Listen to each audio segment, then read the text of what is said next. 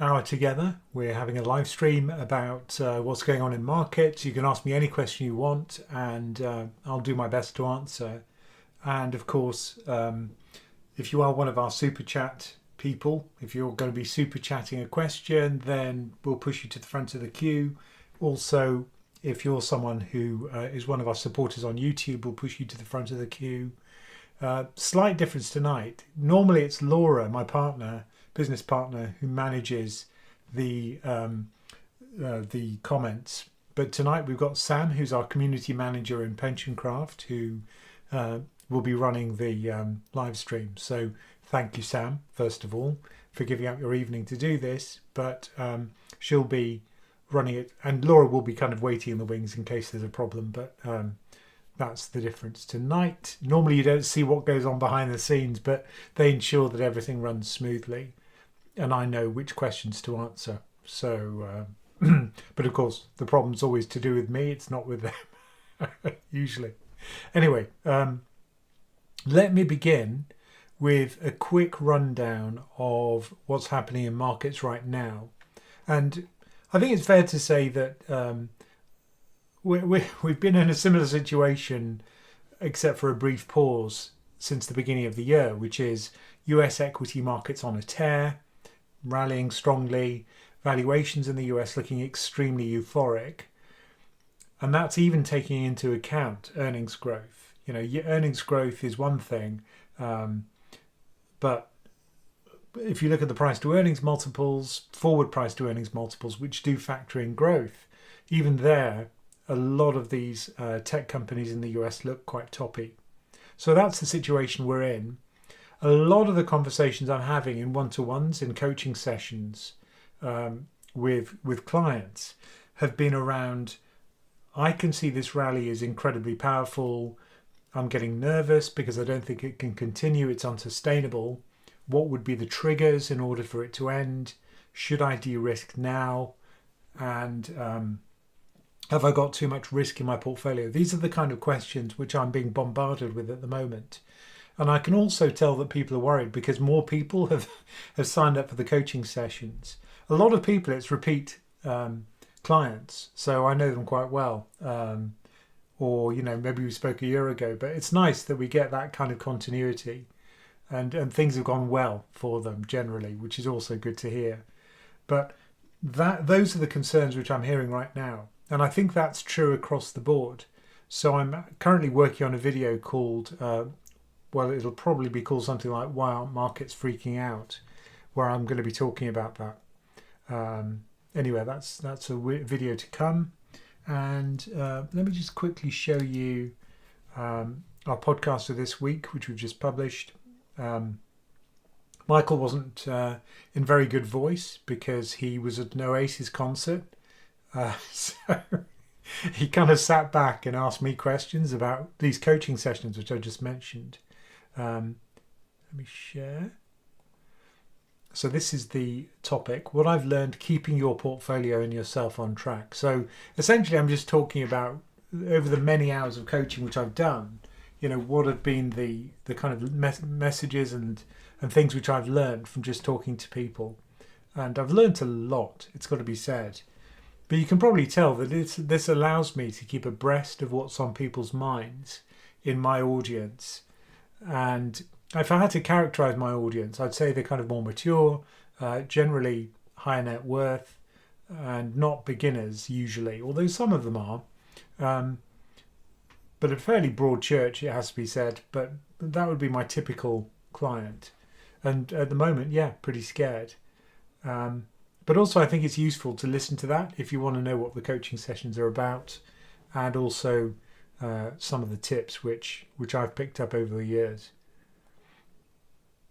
Because I realise I've been doing this since 2017, so it's been 8 years now with PensionCraft. Right, so I see that we already have some questions, but back to the markets. Yeah, expensive equity markets, worries about the long end of the curve. So is debt sustainable? A lot of people think it isn't in some countries, in the US, for example, in France, for example. And if that's the case, if there's continual growth of the debt faster than the economy's growing, then debt to GDP increases, and potentially, if we get to really high debt to GDP ratios, then the debt could become unsustainable. So it's really a question of choice. It isn't the case that it's inevitable that we'll have runaway debt. It's very much under the control of politicians. However, politicians don't want to say no to their electorate. What they want is to be voted in again, and they want to be popular. So by spending more than they earn in taxes, they can just kind of kick the can down the road to the next parliament or the next Congress. So I think that's the real problem with debt markets, and probably one of the main reasons why the long end is selling off in the United States. There are other structural reasons which we can discuss during this session, but I think that's the primary one. If I had to think about FX, yeah, we have seen dollar strength start to reassert itself. You know, it was a period of economic weakness for the United States. It's looking like the jobs numbers are pretty weak, but of course at the moment we've got the shutdown in the US, so we don't know what the jobs numbers are. You might say that's convenient. In fact, I probably would say that, because remember what happened is they just fired the head of the BLS, Trump did, because he didn't like the numbers that were being published, which clearly showed a very rapid slowdown in the US jobs market. And it's still positive. There are still jobs being added to the US economy month by month, but it's certainly decelerated a lot.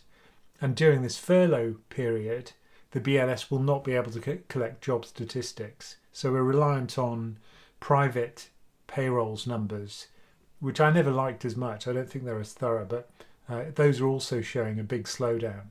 So that's pretty worrying. That it's a first concrete sign, I'd say, that the US is suffering due to these tariffs. And it's very clearly now a result of the economic policies of the Trump administration. Whereas previously it was pretty much the Biden administration still coasting economically. But now we really are starting, in the high frequency data, we're starting to see a weakening. In the GDP numbers, at least GDP now, for example, the US hasn't weakened much at all. But again, you know, I think the jobs numbers are the ones to focus on, and then we'll have to see whether that feeds through to lower growth numbers later on. Usually it is somewhat of a leading indicator, but it's certainly a very timely indicator because it's published monthly. So that pretty much sums up markets for now. Let's come on to your questions. And I see we have no super chats at the moment. Some did appear. I don't know what's going on there. Sam must have just been testing the document. But yeah, if you do have a question, please do super chat it and I'll try and answer. So let's go to your questions and see what we've got. Don't forget to like and subscribe.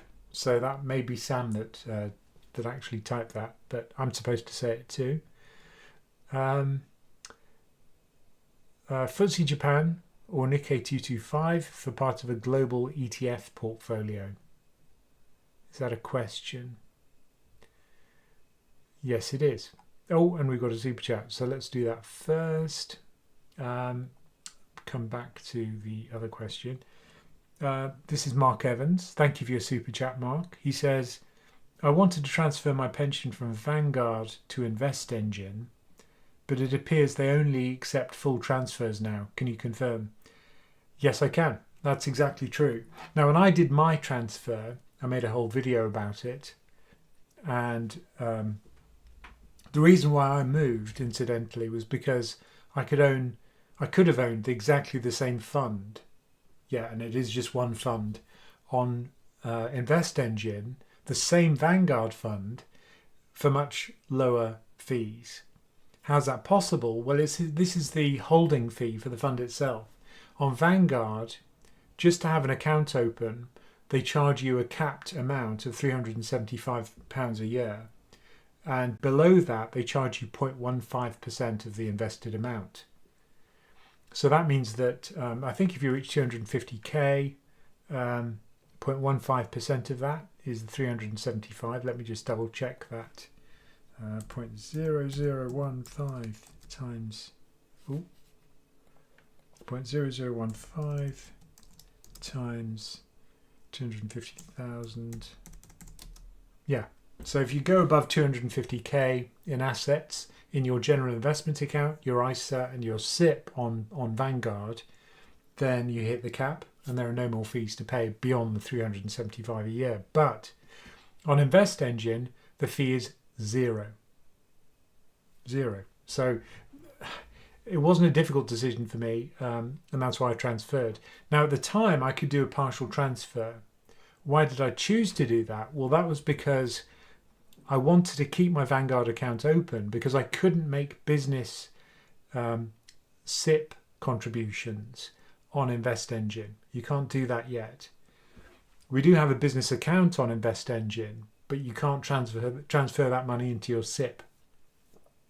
Maybe that'll be a feature in future. They're certainly thinking about that, but at the moment you can't.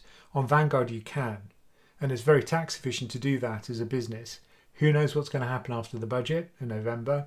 Maybe it won't be as efficient, but that's the way it stands right now. So I think those are the reasons why I moved.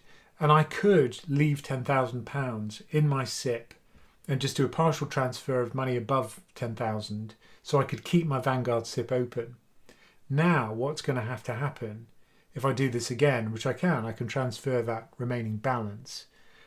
What I could do is transfer it onto Invest Engine. I'd have to transfer all of it, close my SIP on Vanguard, reopen a SIP on Vanguard, and then start contributing it to it again. So it just means more admin. Maybe Vanguard have done this so that people will be less likely to do the transfers. I don't know. The feeling I get with Vanguard is that money's still flooding in. They're still a huge platform and growing rapidly. So are they that bothered about keeping the customers who aren't happy? Because the vast majority of customers, I think, are happy with Vanguard. They're willing to pay a bit extra so that they don't have to go with an upstart platform like Invest Engine. But, it's still very well regulated. It's brand new code.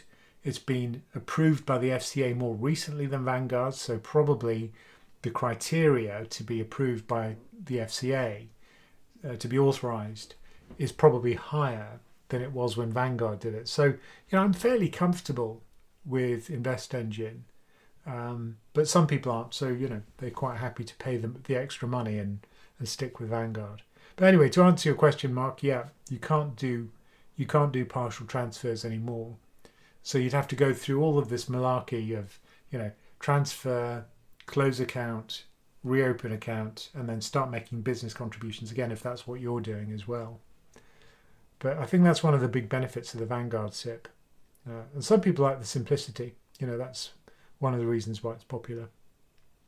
And certainly one of the goals of Vanguard is not to be the cheapest platform, but to be the simplest platform that anyone can use.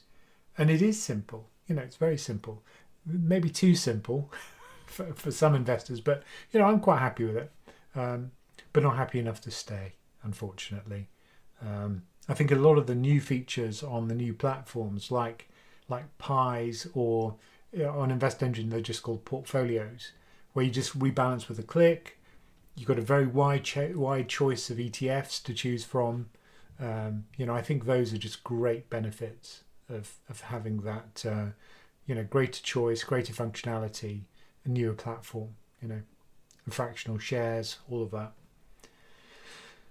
Anyway, I hope that answers your question, Mark. Next question is a super chat from MadLeon81. Okay. English, I think, because it's a super chat in pounds, and they say, will dollars become like renminbi, the Chinese yuan? Dollars inside US and USDT outside. So that would be the cryptocurrency, I guess, the stable coin. Dollars inside US and USDT outside. Let me just double check that's correct. Yeah, so that's Tether. Okay. So will it become like the renminbi? Well, I think you have to think about time periods here. So over the course of my lifetime, and I'm currently 57, I think, and that means I'm probably going to live for about another 29 years. That's what my spreadsheet's telling me. That's my life expectancy from now on. Uh, will the dollar become like the renminbi over the course of my lifetime? No.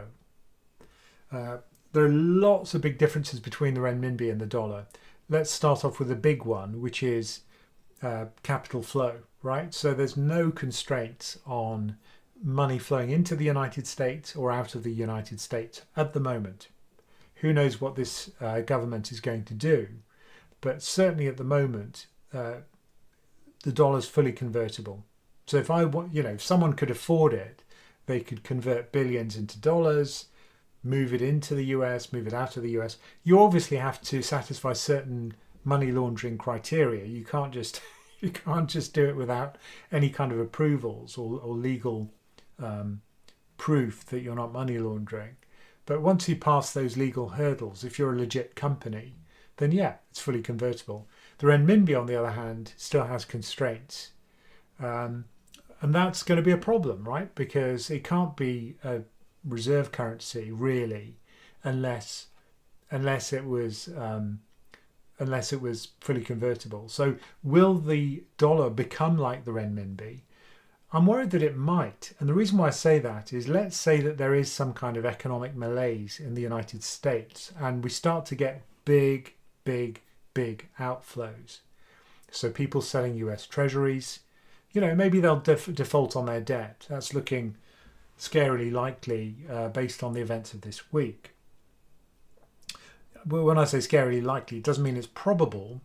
The consequences, if it does happen, are huge, which means that the loss given default is very high globally. But I still think the probability is low.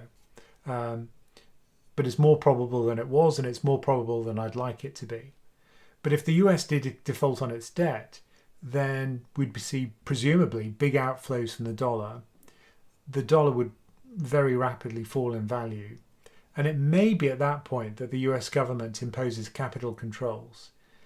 And that's an EM policy, right? That's one of the ways in which emerging market countries historically have stabilized their currency. They just stop the money flowing out. So you can't move it, right? It's trapped in the country. And if you can't move it, then that does shore up the value of the currency. So could that happen? Yeah, I think it's possible. It's unlikely though. Will the dollar become like the renminbi in that sense over my lifetime? I'd say this presidency makes it more likely, but even so, it's still low probability. If I had to put a number on it, less than 10%. If you'd have asked me 5 years ago, I'd have said, less than, 1/100% probability. But now, anything goes under this president. So that would be my concern. Will the dollar stop being the reserve currency because the renminbi is not the reserve currency globally? I think that's also possible. And eventually it's going to happen. Some other currency will take over. At the moment, if you look at the most widely traded currency globally, it's the euro. So the natural successor of the dollar would be the euro, if that was going to be a trade currency.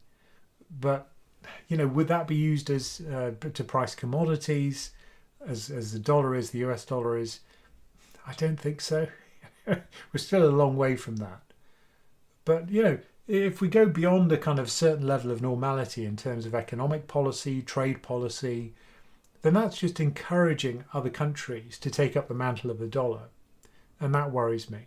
And I think that's the kind of outcome that you'd expect. The consequences of these, the policies that we're seeing from the United States right now, trade policies, economic policies. And if they did go for something crazy like century bonds, which is a default in all but name, then yeah, I think that would accelerate this process of I don't know if this is a word, but EMization, emerging market conversion of the dollar into what is behaving like an emerging market currency. But look, we're a long way from there right now. Let's hope that it stays that way. But that's the way it feels.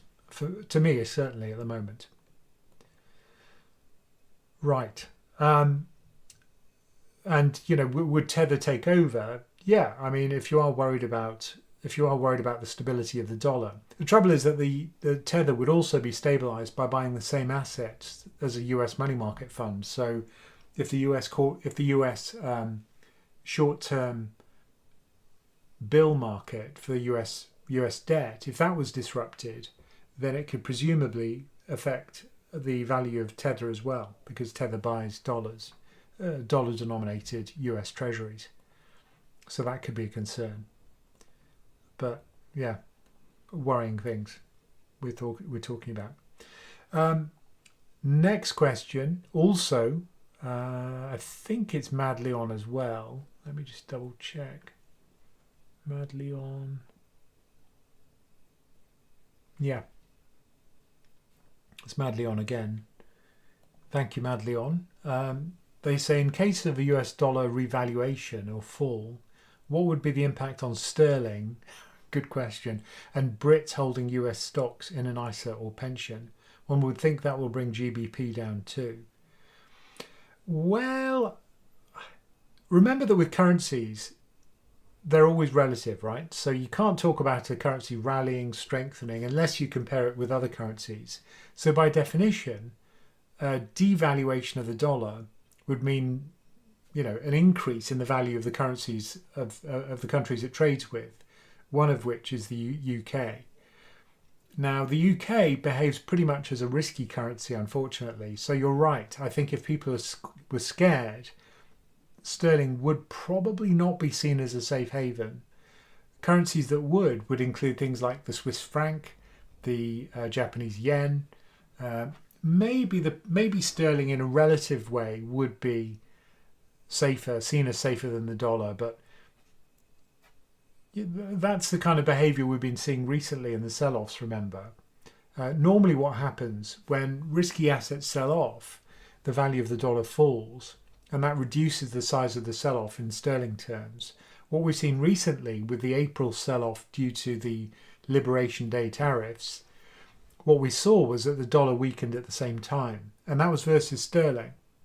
And that meant that it doubly affected UK investors. Rather than reducing the size of the fall, it increased the size of the fall for UK investors. And that was a problem. And it increased our losses. So that would be a big problem for UK investors, because a lot of UK investors are global investors. They buy a global index, 65% of which is in US assets. So that would be a huge problem for the US denominated assets, denominated in sterling. So let's just hope it doesn't happen. Like I say, I think the taco trade is one which is quite useful. Trump does usually chicken out if he sees economic catastrophe in the market data.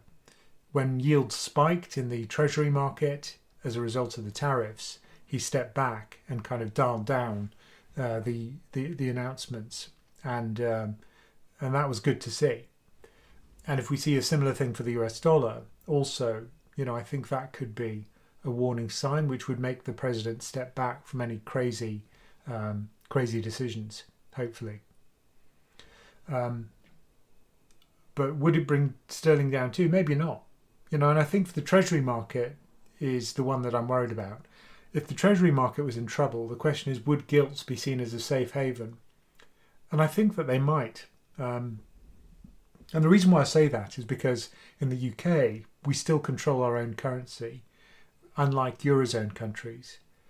The Swiss franc as well would definitely be a safe haven. Japanese yen would be.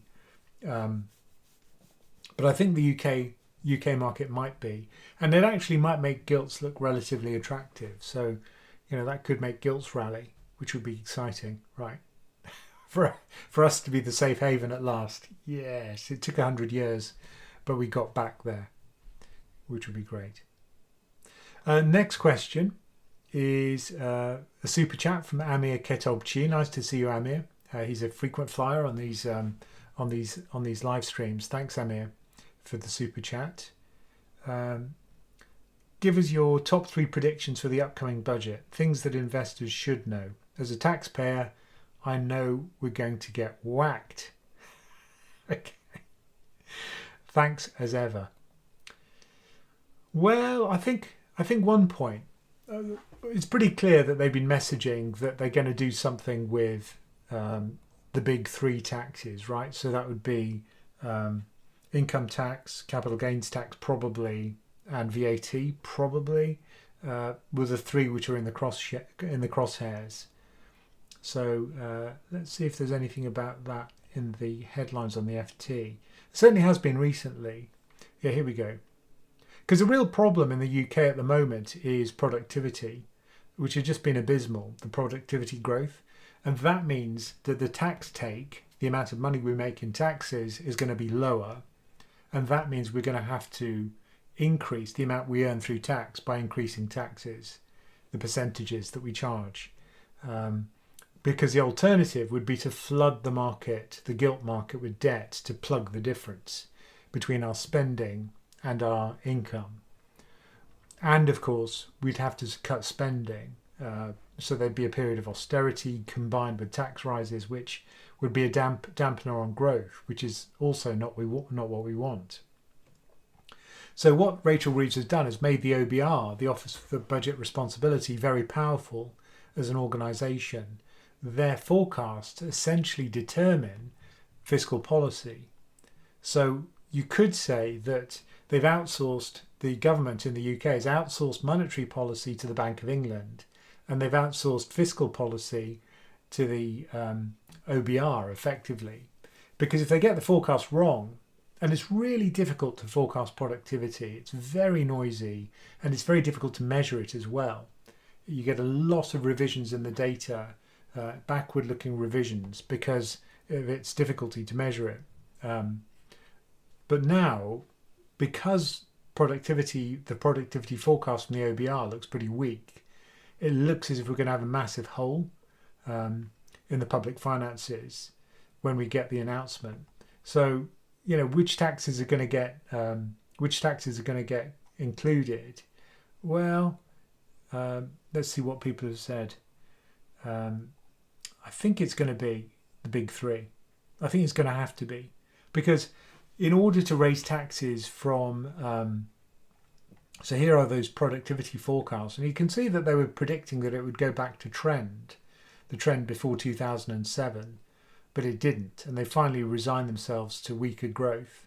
So not only has its level not really recovered since 2007, but the rate of growth seems to have undergone a change to a lower rate of growth. So very poor productivity growth in the UK. Now, what are the reasons behind it? Well, it's probably due to business investment. If there was greater business investment in the UK, that would probably push up productivity. But we've had very weak business investment since Brexit, and Brexit has definitely become a damper on UK growth. And this is what it'll look like, right? It's going to look like just weaker growth going forward. And it becomes really hard to tease apart things like the pandemic, Brexit, to know exactly what's causing it. But whatever is causing it, you can see there's been a huge shift since the financial crisis. And probably there's going to be another shift down due to Brexit, which is not good news. And certainly the OBR thinks that's the case. So anyway, yeah, I think it's likely that we're going to see income tax go up. That would be the one I'd expect to be changed. Probably for the richest people, it's going to go up because this is Labour after all.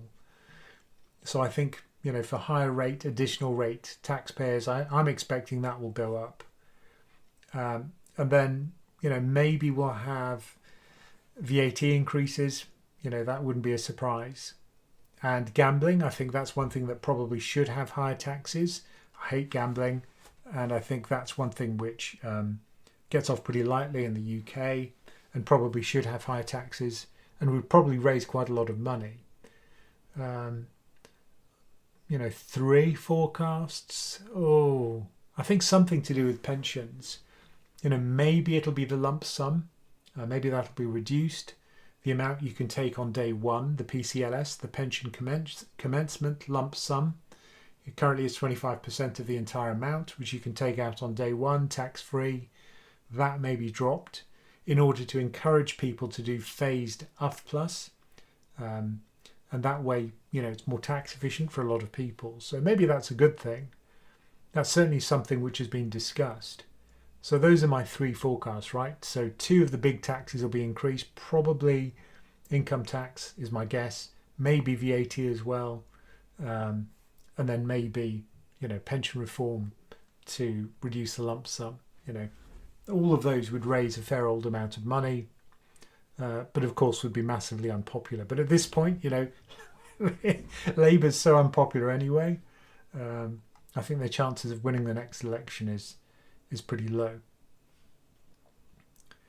So actually, let's just quickly look at that productivity forecast, because depending on whatever productivity is, this very difficult to estimate number.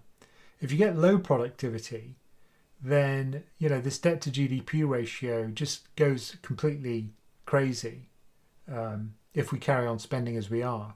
So we'd have to have huge austerity if we have very low productivity growth. The baseline is 1.5% growth. And if we have higher growth, then debt to GDP would fall, given current levels of spending. So, yeah, it's pretty scary stuff and pretty depressing. So let's hope we have a kind of more jolly question next.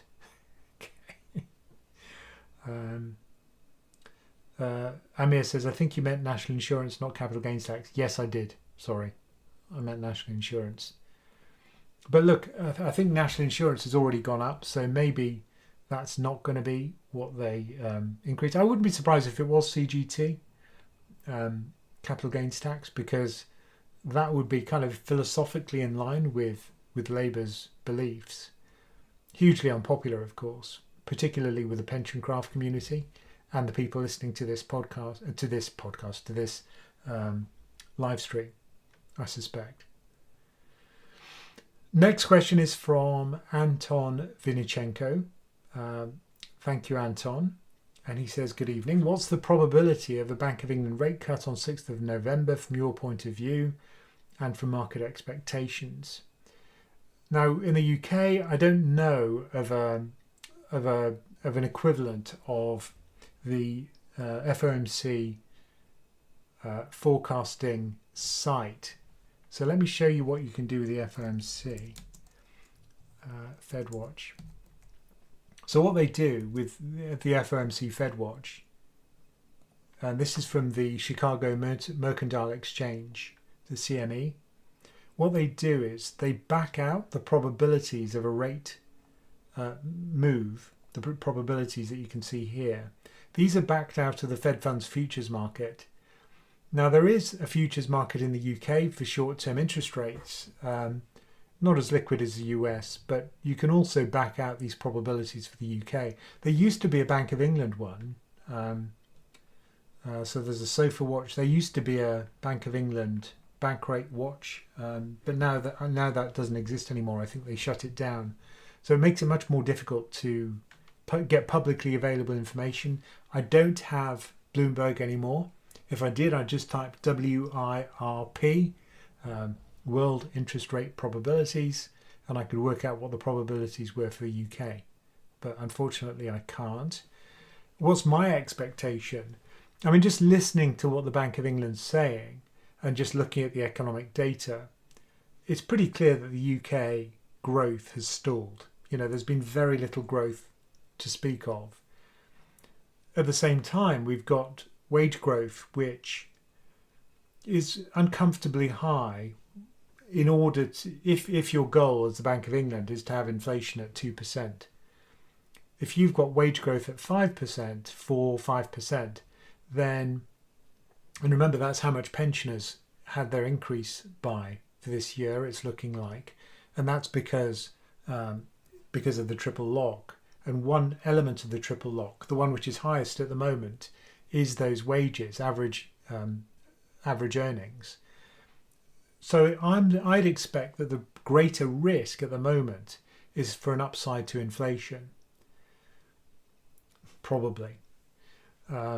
Certainly the way the Fed does it, it depends on how far you are from each of the targets, both for employment and for inflation, and also the lags that are built into the system, so the time lags, to decide which one's the bigger threat. So if you have stagflation in the US, that's how they decide, the FOMC. For the Monetary Policy Committee in the UK, there is no kind of explicit guidance, as far as I know, as to how they determine which is the more important target.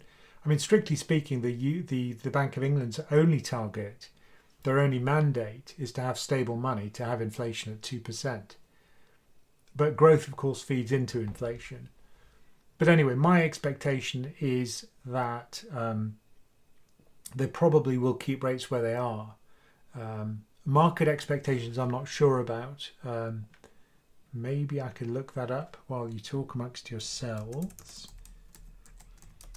just to see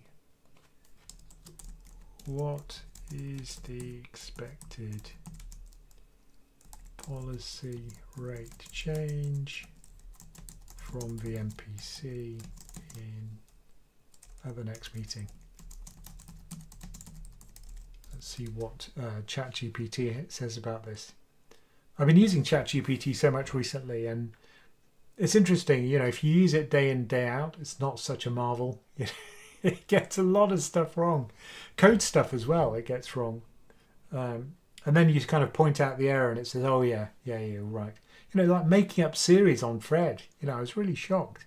It just came up with a random series which doesn't exist. Now I said, look, this series doesn't exist. And it said, oh yeah, you're right. If it was an intern, it would have been fired at that point, clearly. So the expectation is a 25 basis point cut at the next meeting. So going from 4 to 3.75.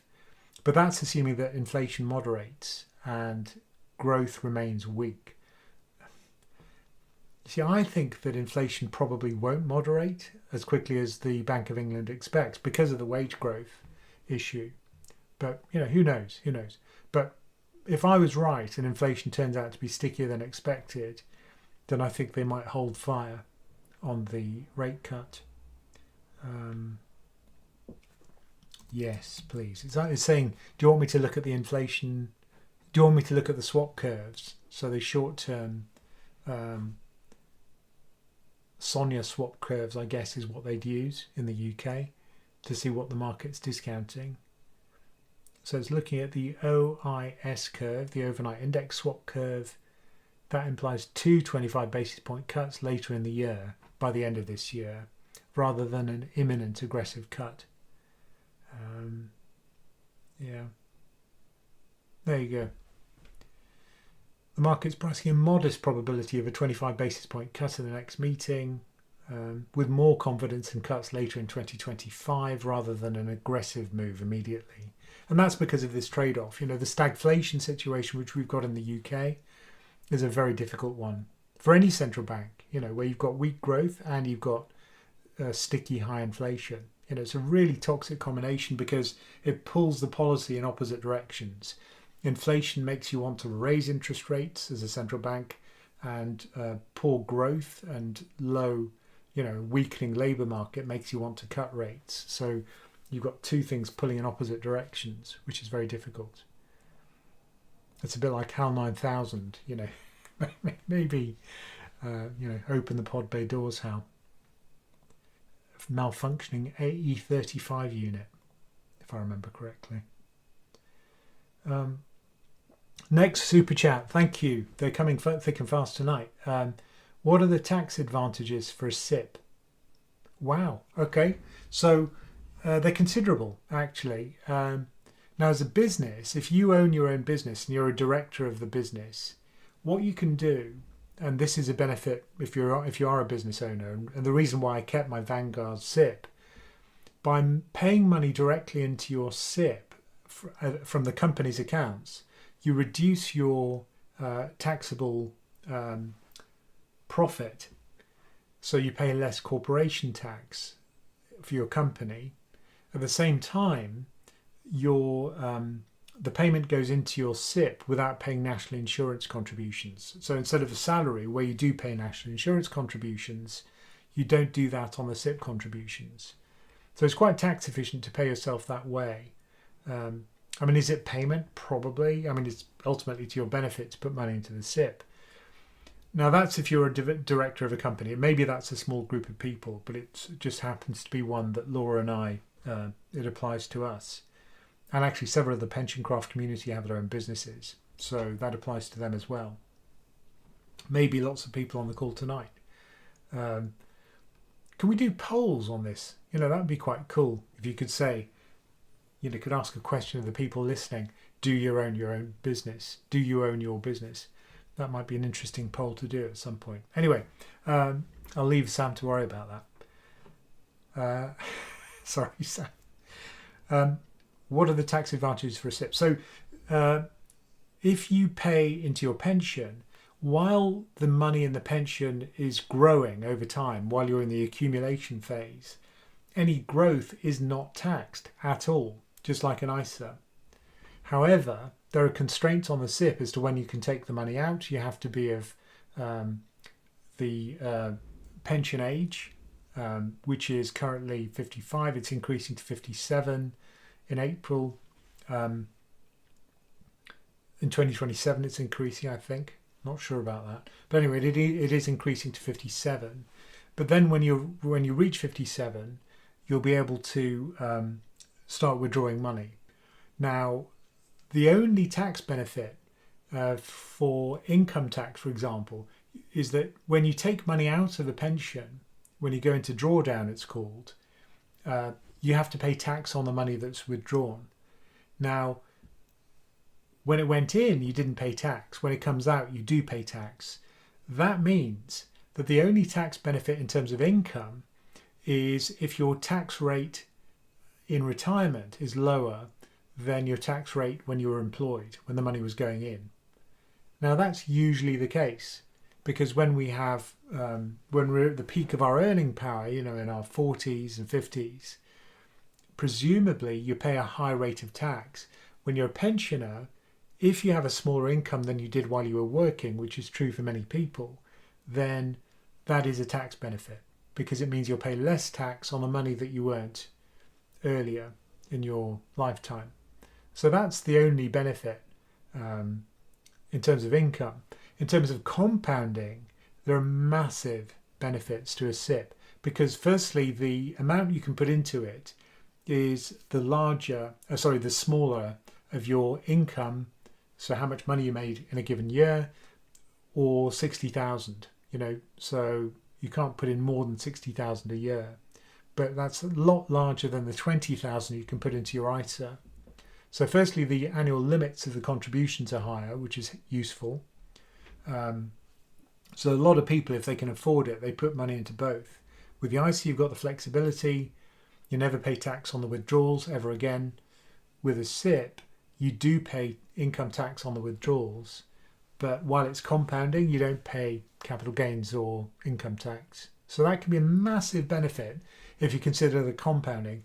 Imagine you put in £1 when you're 20 into your ISA or your SIP, and then that compounds at 5% real a year for 20 to 60, that's 45 years till you reach 65. Let's say 67. Well, anyway, 45 years. That means that every £1 you put in when you're 20 is going to increase 9-fold roughly over that period of time. And you don't pay any capital gains tax on that, which is incredible. And that's assuming it's equity, of course. The 5% real return is what you might expect for equity given historical returns. So that's the big benefit, and it is a huge benefit. Of course, you don't get the inheritance tax benefit, which we had briefly between 2014 and 2025, but still. Oh, we've done a poll. Very good. Sam's done a poll. Thank you, Sam. So the question was, do you own your own business? And there were 54 votes. Thank you for that, if you did take part. And 22% of the people listening own their own business.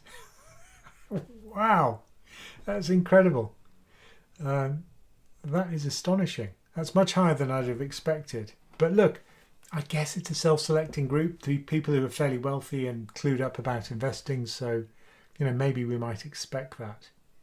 But gosh, that's incredible. Thank you, Sam, for doing that. Very interesting.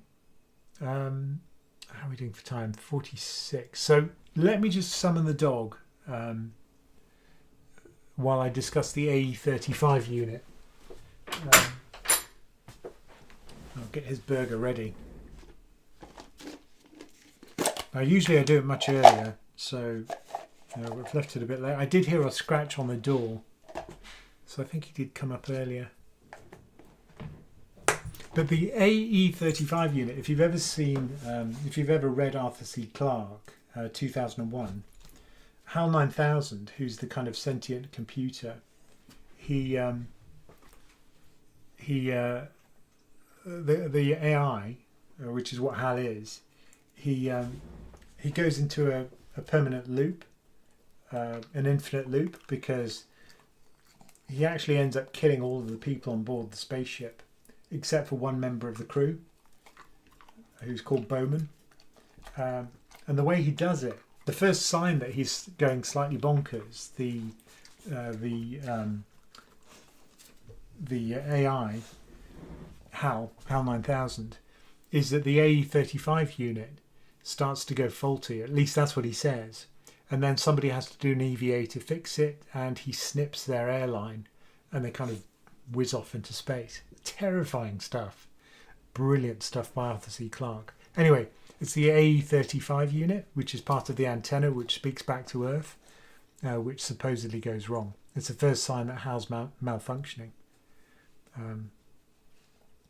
Anyway, that's my nerdy sci-fi, or my sci-fi shit, as Michael calls it, my podcast co-host. Here we go, Ted. One more. You can have one of these. Pork and beef. That's it. That's your lot. Go on. You're going to get biltong from Laura. Go on. Go, go, go. Give it to Laura. Good boy. That's it. Okay, so 12 minutes. We'll keep going for another 12 minutes. So you get your money's worth. This is a question from another frequent flyer. This is Anthony Bevington. Thank you for your super chat, Anthony. He says, are you excited for crypto ETNs to be available soon? I can't tell if we'll be able to hold them in ISAs. Also, how will you choose which ones to buy? Those are really good questions. Surprisingly good questions, because, I might be making, in fact, I will be making some content around this, probably quite soon. Now, look, I'm not a crypto guy, and the algorithm, the YouTube algorithm, hates it when I make content about crypto, because the people who usually watch my channel don't like to talk about crypto either. So, so when I publish a crypto thing, it just gets almost no views, or it gets very few views. Because of that algorithm. I suspect this time it might be different, because people do kind of trust me, and they know that I'll just say what I think about crypto, which is that, for the most part, I think it's almost the perfect definition of a Ponzi scheme. But that doesn't mean that people don't invest in it. People do. What I love about this change in legislation in the UK is that it finally allows us to trade crypto on a regulated exchange, and that is such a huge improvement. However, there is a kind of glitch, which is that it's going to be exchange traded notes, not exchange traded funds. Now, one letter makes a massive difference to the risk you're taking when you buy one of these products. An exchange traded note is a bond, and it's issued by the asset manager. Now you're thinking, oh, okay, so this is a company issuing an IOU, a bond, where the principal, they agree, increases and decreases in line with a cryptocurrency's value, its price. So it could be in line with Bitcoin. It could be in line with Ethereum, right? So, but that's just written into the documentation for the bond. How do they match it? Well, they just buy the stuff, right? So it's kind of structured in the same way, hopefully. But the big difference is that because it's a bond, it might carry the credit risk of the issuer, and the issuer is the fund manager. Contrast that with an ETF, an exchange traded fund, and that's bankruptcy remote from the issuer. So let's say that we've got a fund which is managed by Vanguard. If Vanguard goes down, very unlikely, but if it did, if it became bankrupt, you'd still own the stuff in the ETF. It's like a company in that sense. You own the assets of a company if you're one of the shareholders under English law. And the same's true in other jurisdictions. With an ETN, if the company goes down, well, the piece of paper that says, yes, I, the issuer of this ETN, the asset manager, will pay you an amount which is proportional to your the price of Bitcoin. Well, if the company's gone bust, can they still honour that piece of paper, that part of the covenant in the bond's description? If the answer is no, then you're carrying the credit risk of the issuer, and that means that you're taking two risks. You're taking cryptocurrency risk, and you're taking the risk of the issuer, the fund manager. In turn, what that would mean is that you'd have to try and gauge what the default risk is for the issuer. Now, a lot of these issuers are not publicly listed companies, so gauging the credit risk would just be impossible for your average investor. Now, I've had some discussions with some people about how these things will be structured. If it's the case that they can somehow structure these ETNs such that they are bankruptcy remote, so if the issuer goes down, the bond won't. The one way they can do that is to segregate the assets, make it a secured note, where assets are set aside for the bond itself. So even if the company goes down, it has no recourse to be able to sell the assets, the Bitcoin, the Ether, inside the bond's secured pool of assets. And if that's the case, if they do structure it that way, if it is a secured bond, then yeah, in that case, you wouldn't have to worry about the credit risk of the issuer. So I'm just hoping that's the way they're going to structure it. The second part of your question is, will you be able to put it into ISAs and SIPs? You didn't mention SIPs, but I suspect it'll be available for both. I think the answer will be yes. I think that that's very likely to be the case. I don't know that for a fact. But I am in discussions with certain people who alongside me are trying to work out what the answer to that question is. So clearly when I make that video, hopefully I'll have an answer to that question. If we have an answer, I think what's really awful if the regulator has people guessing on whether it can be included in an ISA or it can't. That would be atrocious. So just say it, is it or isn't it? And the fact that we're asking these questions tells me that the FCA is just dragging its feet. It should just make a very clear statement. Look, it's going to happen this month anyway, right? That we're going to be able to have these ETNs. So why haven't they told us whether you can have it in an ISA yet? Or maybe they have and I just haven't found it. But I couldn't find it. And I looked about a week ago, I think.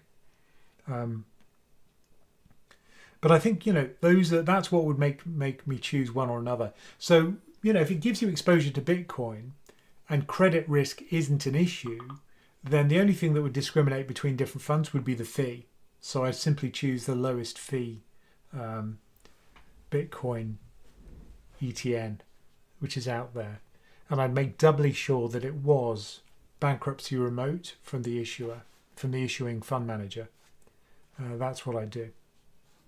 I've had various things popping up on Slack. Let's see if Sam's trying to tell me something. we go? Nope, it's nothing to do with the live stream, I don't think. Cool. Anyway, how are we doing? We've got 5 minutes, so I think we've got time for one more question, and I will choose one of the ones. So don't ask any more questions, which are super chats, and I'll answer one of these randomly. Everyone calls Teddy Bubby, which is quite odd. Lynn and Andy, nice to see you. Laura just saying when we were having dinner earlier, she said it's funny we haven't seen Lynn and Andy recently, so it's nice to see you both. That's great. Okay, so we have got another super chat in euros. Interestingly, this is from Paddy McGann, who says, "Would you balance a fund if you're 100% FTSE All World equities? All is rosy now, but April proves exposure issues." Would you balance a fund if you're 100% FTSE All World equities? I'm not sure what that means. And somebody saying, what does Teddy think about the price of biltong?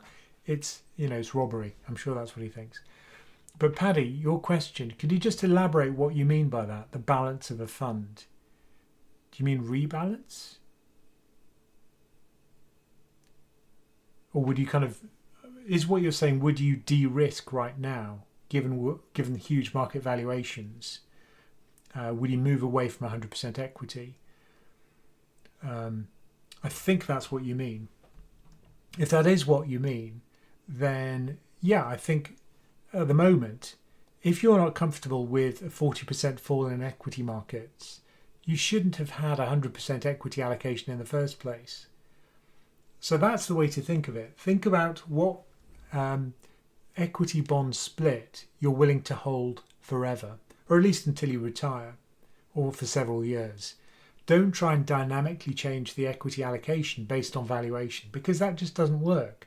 There are lots of backtests that show that it's exceptionally difficult to modify the equity allocation based on valuation. It's a really awful timing signal. Markets rally when markets are expensive. That's often the case. And when markets are cheap, they may not rally.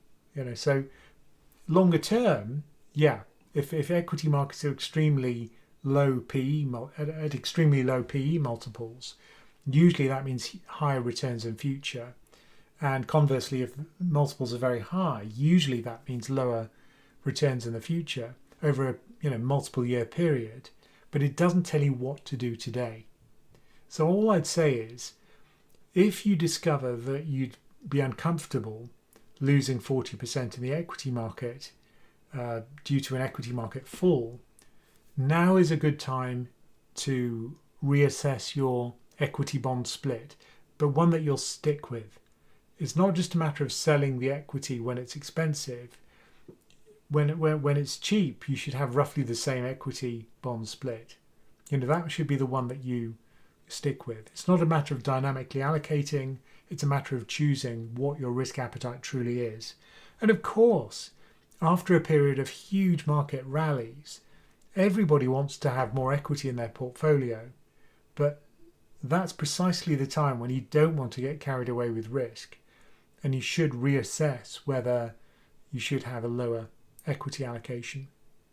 The worst thing you can do, of course, is to do the equity selling after a market crash. You should never do that. So if you are going to de-risk and stick with it, now is not a bad time to do it. So if you're 100% equity and you think, oh, I'd prefer to be 80, well, now would be a reasonable time to kind of dial down a bit. But don't go crazy. Just try and consider that long-term strategic weight which you'd be comfortable with. And it was funny, I talked about this on the podcast, but one of my clients during these coaching sessions, he's an actor, and what I usually say to people is visualize a 40% fall and then think how you'd feel about it. And he turned to me and he said, Ramin, I can think about it any way I want. I'm an actor. And that completely shut me up, I didn't know what to say to that. they can enter any mental state they want as an actor because that's their job. So he couldn't tell me, how he'd feel. He could feel bad about it. He could feel happy about it because he's a really good actor, which I thought was very funny. But anyway, that's not a bad way to do it. Visualize a 40% fall. Think how you'd feel about it. And if you could only stomach a 20% fall, well, you shouldn't have 100% equity. You should have maybe, 50% if that's your feeling. But obviously, the longer term price that you pay for that safety is a lower expected return because safe investments generally generate a lower rate of return. Just be aware of that. Oh, and we've got a final super chat, thank you, from Anton Vinichen, who says, here's a Bloomberg terminal fundraiser. Great. I'm not sure I'd spend it on a Bloomberg terminal, to be fair. We just spend it on our new tools for the PensionCraft members. We've developed some stuff in collaboration with a company called Value Driven. So they're our developers. And we've plumbed in a data feed, and this is going to be available to our members soon for back testing. We're very excited about it, and it's just being debugged now. We're in the final stages before we release it, and Value Driven have done a great job. It's got to be said. So we're quite excited about that. Anyway, look, you get access to those tools and our trackers and our members-only content. Over 300, I think, explainers, which I've made now over the years on every subject you could possibly imagine, and a chat application so you can ask a question whenever you want. You get all of that as part of the community. What a bargain. And if you go for the annual membership, you get 1 month free. So you get a discount as well. So if you wanted to find out more about that, just go to pensioncraft.com/membership. Coaching, one-to-one sessions like this, pensioncraft.com/coaching. And why not sign up for a free weekly market roundup? That's pensioncraft.com/newsletter. And if you did want to see our podcast, listen to our podcast, it's Many Happy Returns. So Michael and I do that, and Michael adds a huge amount of value. It's quite chatty, friendly, laughy, and we cover a lot of the topics which we cover in the YouTube channel, but in more depth in many ways. And Michael's great at kind of teasing out the kind of nub of every subject, and also structuring the conversation for a rambly old fart like me. Anyway, thank you all for joining us, and I hope it was useful, some of our discussion tonight. And good luck with your portfolios, and let's hope that we don't get any unpleasant surprises before the next live stream.